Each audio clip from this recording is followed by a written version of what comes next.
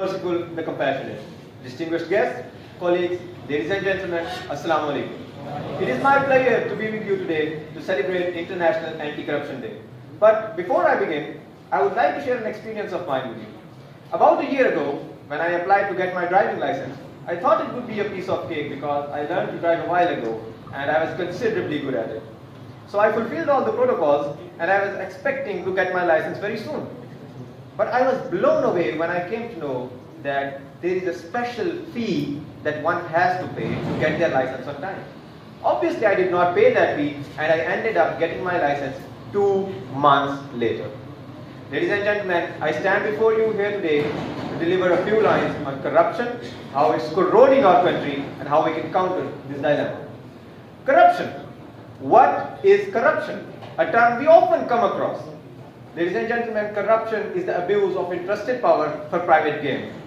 Corruption is the cause of horrors in our country. It erodes trust, weakens democracy, hampers economic development, and further worsens inequality, poverty, social division, and environmental crisis. It is a disease, ladies and gentlemen, a disease which devours a nation like termites eat wood.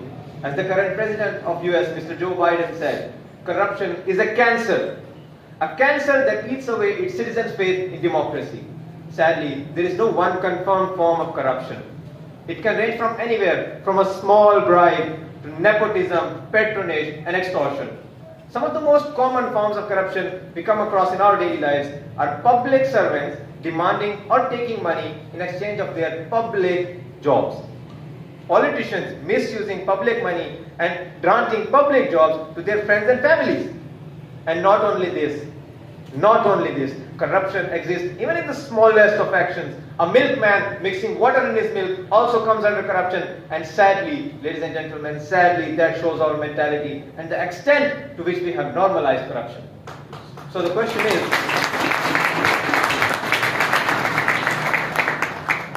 question is, why is raising awareness on anti-corruption important? My fellows, every year $1 trillion are paid in bribes, while an estimated $2.6 trillion are paid in bribes. It is not just the problem of our country, but of the whole world. We all know that corruption hinders development. When public resources are diverted to the pockets of corrupted individuals from needed investments in transport, energy, health and education.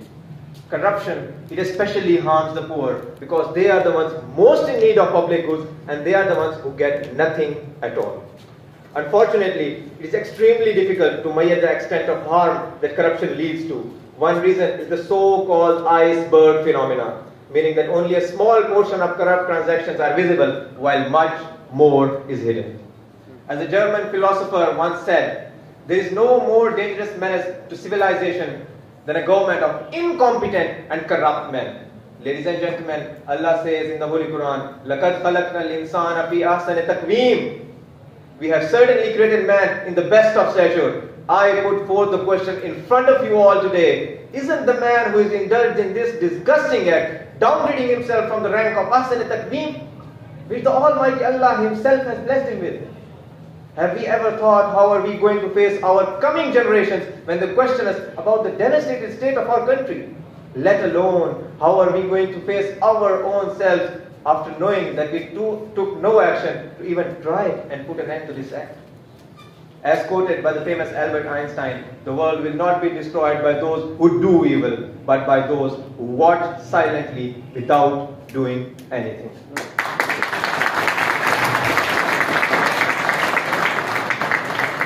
Unfortunately, it is not possible to fix corruption with a snap of a finger. We need to educate the coming generation and fix their mindsets from the very start and deal with the very root of this problem.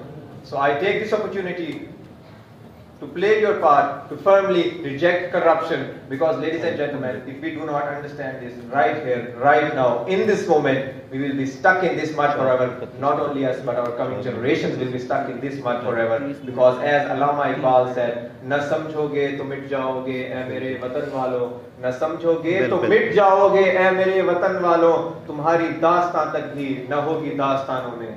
Thank you very much.